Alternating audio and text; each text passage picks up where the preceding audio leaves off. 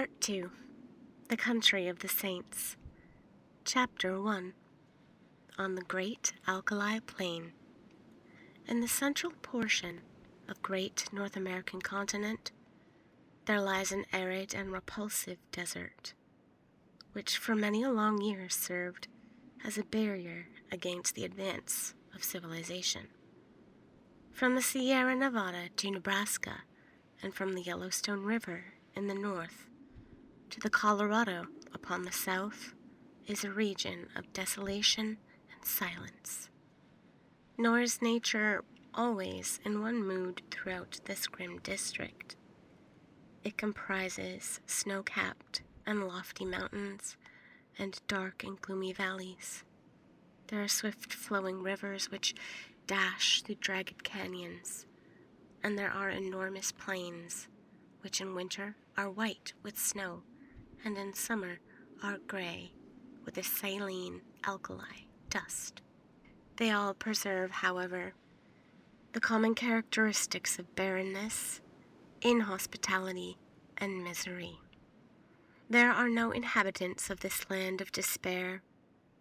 A band of Pawnees or of Blackfeet may occasionally traverse it in order to reach other hunting grounds, but the hardiest of the braves are glad to lose sight of those awesome plains, and to find themselves once more upon their prairies. Coyote skulks among the scrub, and buzzards flap heavily through the air, and the clumsy grizzly bear lumbers through the dark ravines, and picks up such sustenance as it can amongst the rocks. These are the sole dwellers in the wilderness. In the whole world there can be no more dreary view than that from the northern slope of the Sierra Blanco. As far as the eye can reach stretches the great flat plain land, all dusted over with patches of alkali, and intersected by clumps of the dwarfish chaparral bushes. On the extreme verge of the horizon lie a long chain of mountain peaks, with their rugged summits flecked with snow. In this great stretch of country there is no sign of life, nor of anything pertaining to life. There is no bird in the steel blue heaven, no movement upon the dull gray earth. Above all, there is absolute silence. Listen as one may, there is no shadow of a sound in all the mighty wilderness. Nothing but silence, complete and heart-subduing silence. It has been said there is nothing appertaining to life upon this broad plain. That is hardly true. Looking down from the Sierra Blanco, one sees a pathway traced out across the desert, which winds away and is lost in the extreme distance. It is rutted with wheels and trodden down by the feet of many adventurers. Here and there are scattered white objects which glisten in the sun and stand out against the dull deposit of alkali. Approach and examine them. They are bones, some large and coarse, others smaller and more delicate. The former have belonged to oxen, and the latter to men. For 1,500 miles one may trace this ghastly caravan, routed by these scattered remains of those who have fallen by the wayside. Looking down on this very scene, there stood upon the 4th of May, 1847, a solitary traveler. His appearance was such that he might have been the very genius or demon of the region. An observer would have found it difficult to say whether he was nearer to 40 or to 60. His face was lean and haggard, and the brown parchment-like skin was drawn tightly over the projecting bones. His long brown hair and beard were all flecked and dashed with white. His eyes were sunken in his head and burned with unnatural luster, while the hand which grasped his rifle was hardly more fleshy than that of a skeleton. As he stood, he leaned upon his weapon for support, and yet his tall figure and the massive framework of his bones suggested a wiry and vigorous constitution. His gaunt face, however, and his clothes, which hung so beggarly over his shriveled limbs, proclaimed what it was that gave him that senile and decrepit appearance. The man was dying from hunger and from thirst. He had toiled painfully down the ravine and onto this little elevation in the vain hope of seeing some signs of water. Now the great salt plain stretched before his eyes, and the distant belt of savage mountains without a sign anywhere of plant or tree which might indicate the presence of moisture. In all that broad landscape there was no gleam of hope. North and east and west he looked with wild, questioning eyes, and then he realized that his wanderings had come to an end, and that there, on that barren crag, he was about to die. Why not here, as well as in a feather bed 20 years hence, he muttered, as he seated himself in the shelter of a boulder. Before sitting down, he had deposited upon the ground his useless rifle, and also a large bundle tied up in a grey shawl, which he had carried slung over his right shoulder. It appeared to be somewhat too heavy for his strength, for in lowering it, it came down on the ground with some little violence. Instantly there broke from the grey parcel a little moaning cry, and from it there protruded a small, scared face, with very bright brown eyes and 2 little speckled, dimpled fists.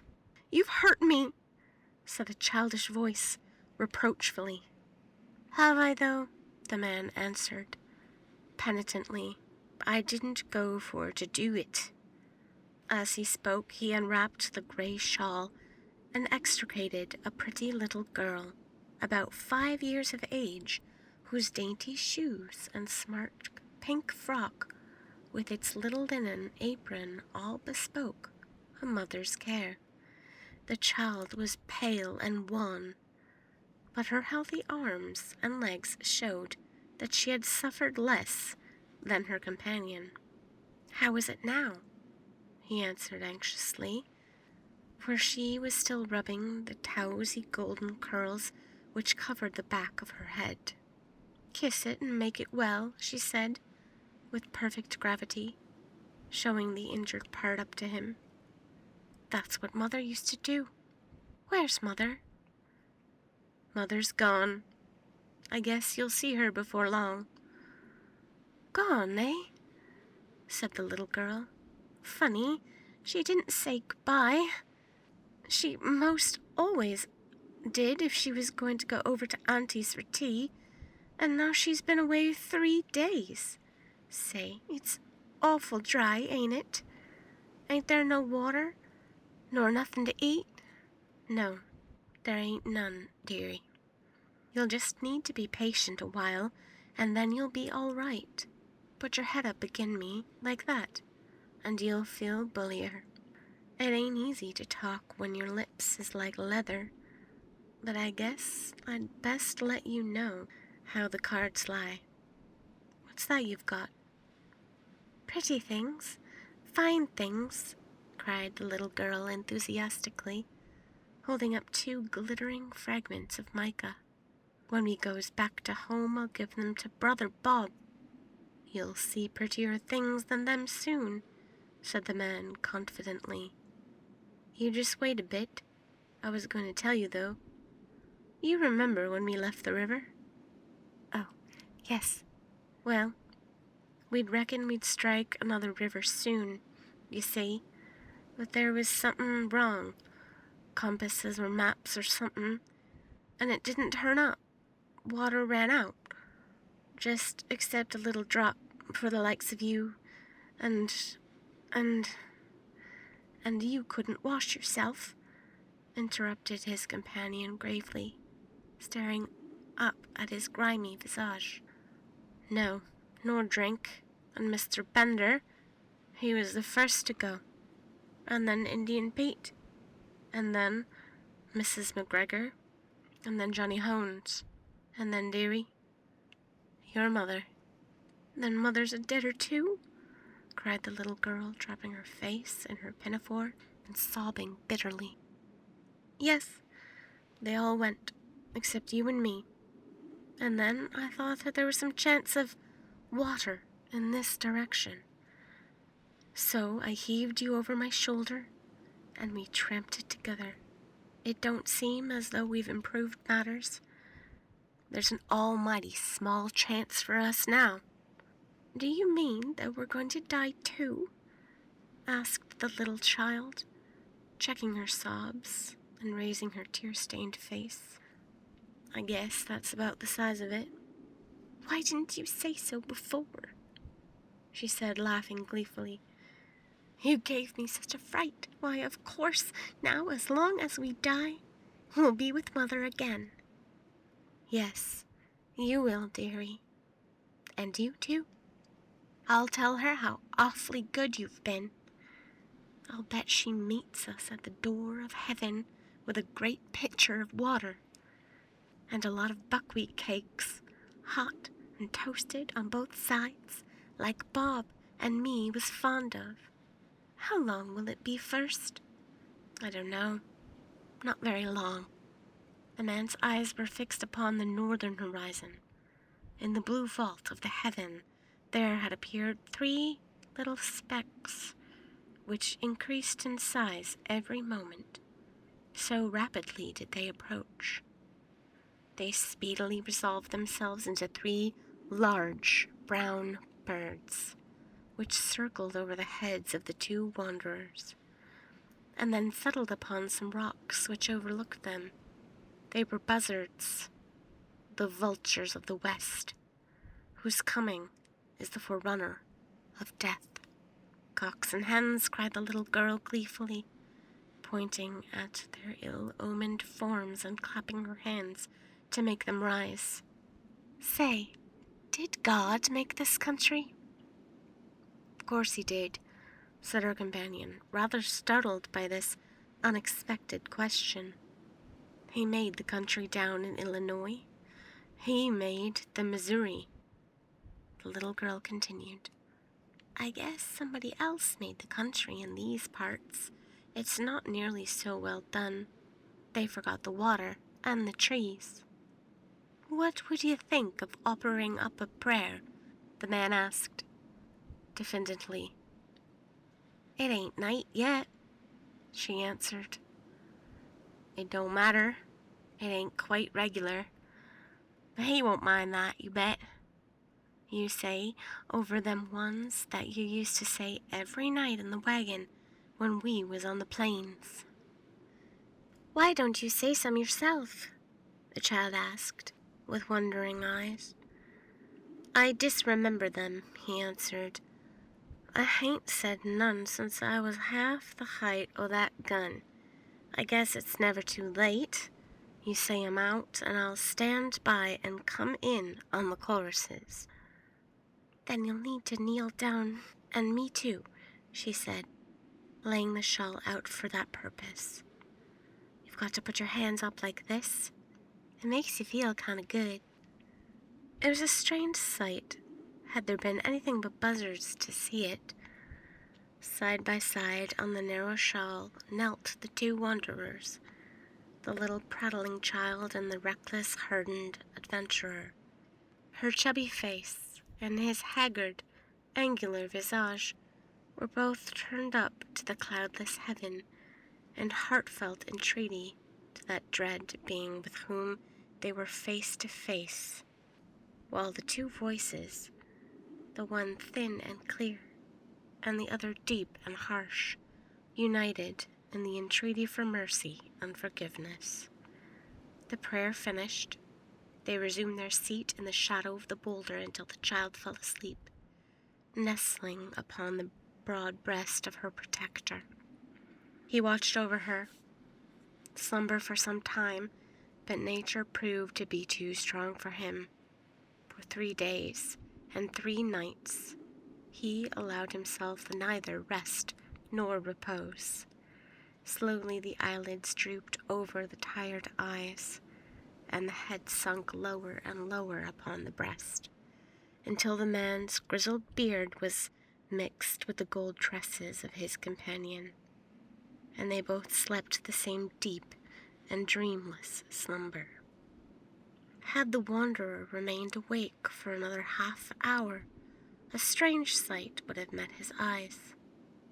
Far away on the extreme verge of the alkali plain, there rose up a little spray of dust, very slight at first, and hardly to be distinguished from the mists of the distance, but gradually growing higher and broader until it formed a solid, well-defined cloud.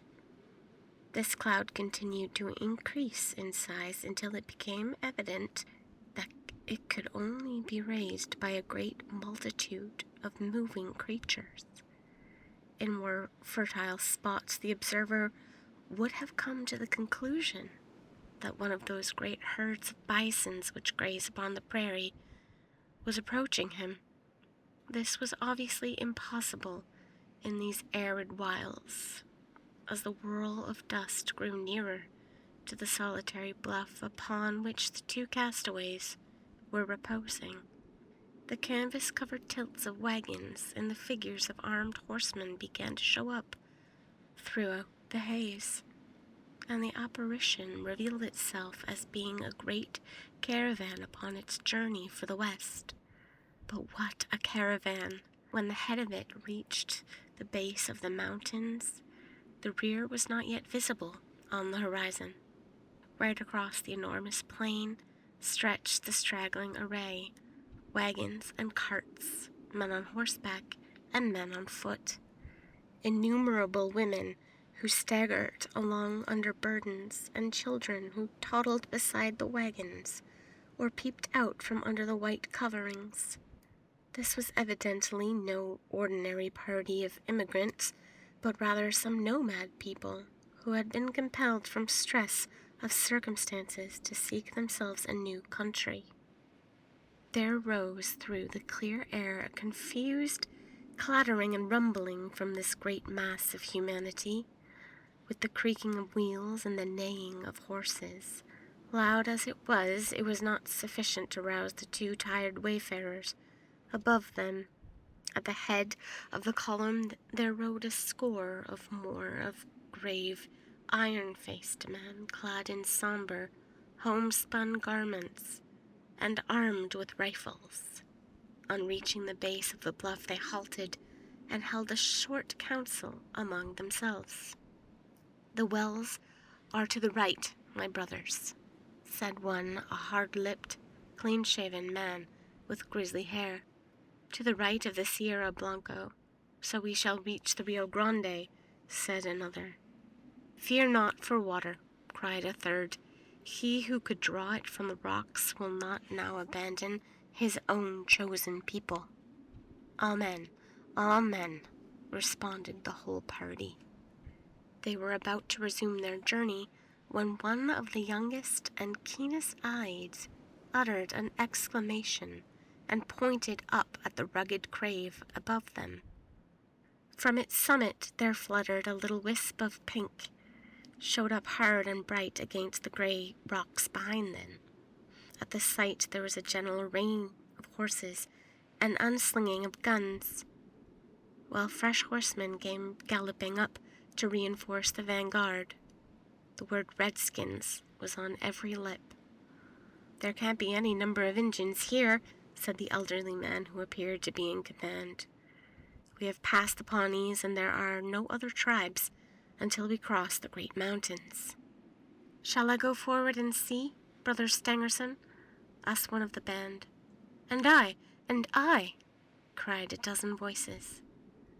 "Leave your horses below, and we will await you here," the elder answered. In a moment, the young fellows had dismounted, fastened their horses, and were ascending the precipitous slope which led up to the objects which had excited their curiosity. They advanced rapidly and noiselessly, with the confidence and dexterity of practiced scouts. The watchers from the plain below could see them flit from rock to rock until their figures stood out against the skyline. The young man who had first given the alarm was leading them.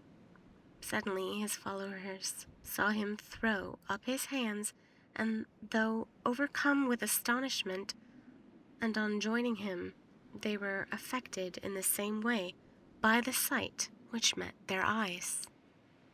On the little plateau which crowned the barren hill, there stood a single giant boulder, and against this boulder there lay a tall man, long-bearded and hard-featured, but of an excessive thinness. His placid face and regular breathing showed that he was fast asleep.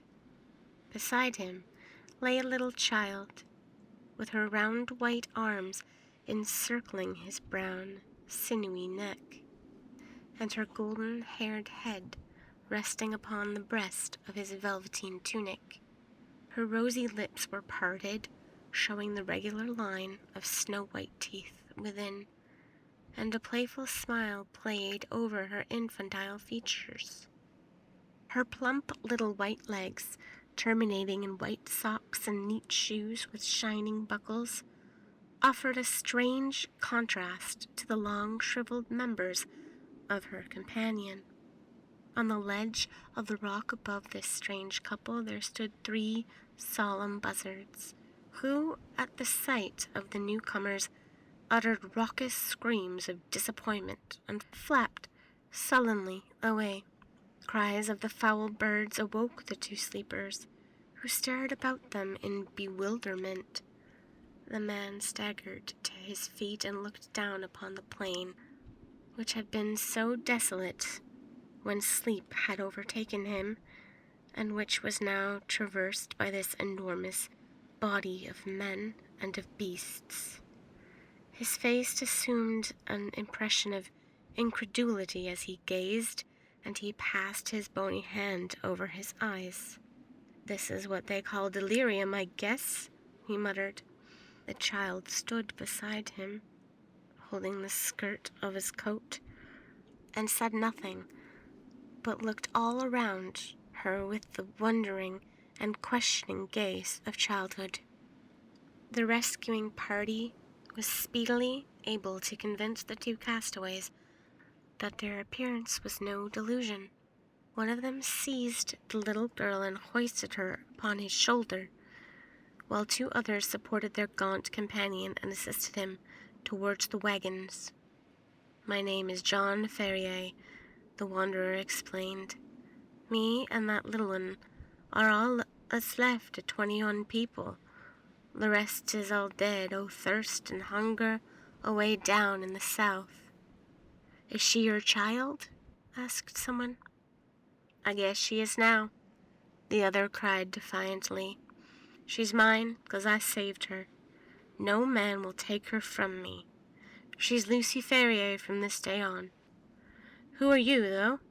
he continued, glancing with curiosity at his stalwart, sunburned rescuers. "There seems to be a powerful lot of ye." "Nigh upon 10,000, said one of the young men. "We are the persecuted children of God, the chosen of the angel Morona." "I never heard tell on him," said the wanderer. "He appears to have chosen a fair crowd of ye." "Do not jest at that which is sacred," said the other sternly. "We are of those who believe in those sacred writings, drawn in Egyptian letters on the plates of beaten gold, which were handed unto the holy Joseph Smith at Palmyra. We have come from Nauvoo, in the state of Illinois, where we had founded our temple. We have come to seek refuge from the violent man and from the godless, even though it be the heart of the desert. The name of Nauvoo evidently recalled recollections to John Ferrier.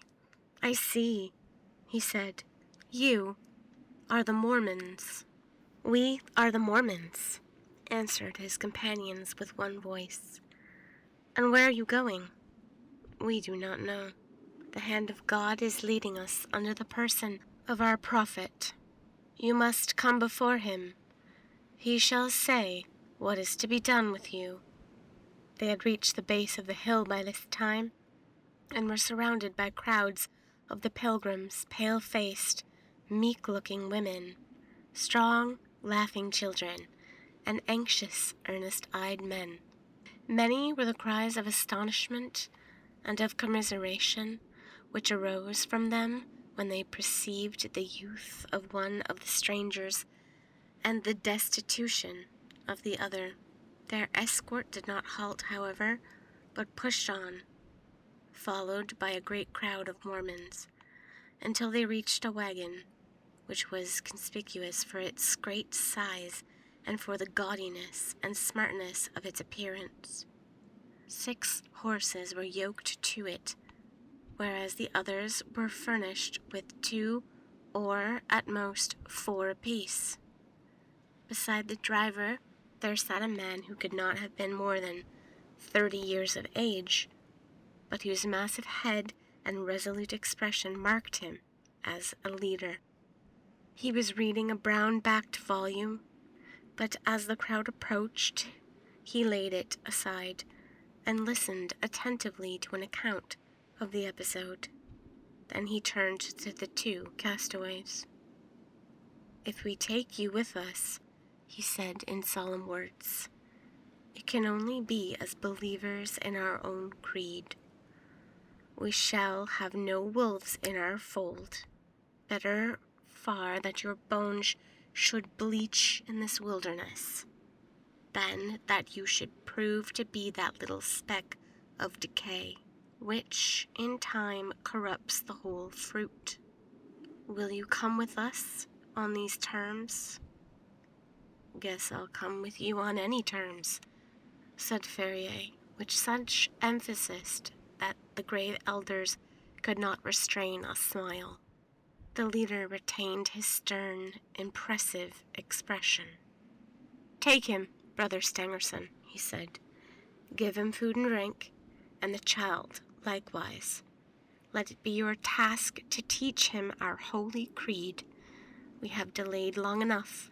Forward, on to Zion." "On to Zion," cried the crowd of Mormons, and the words rippled down the long caravan, passing from mouth to mouth until they died away in a dull murmur in the far distance.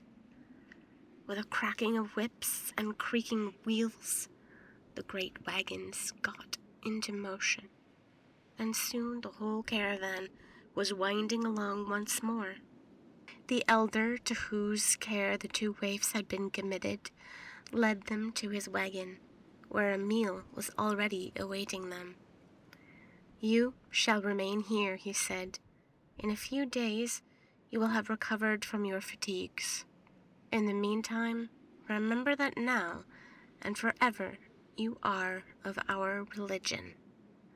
Brigham Young has said it, and he has spoken with the voice of Joseph Smith, which is the voice of God."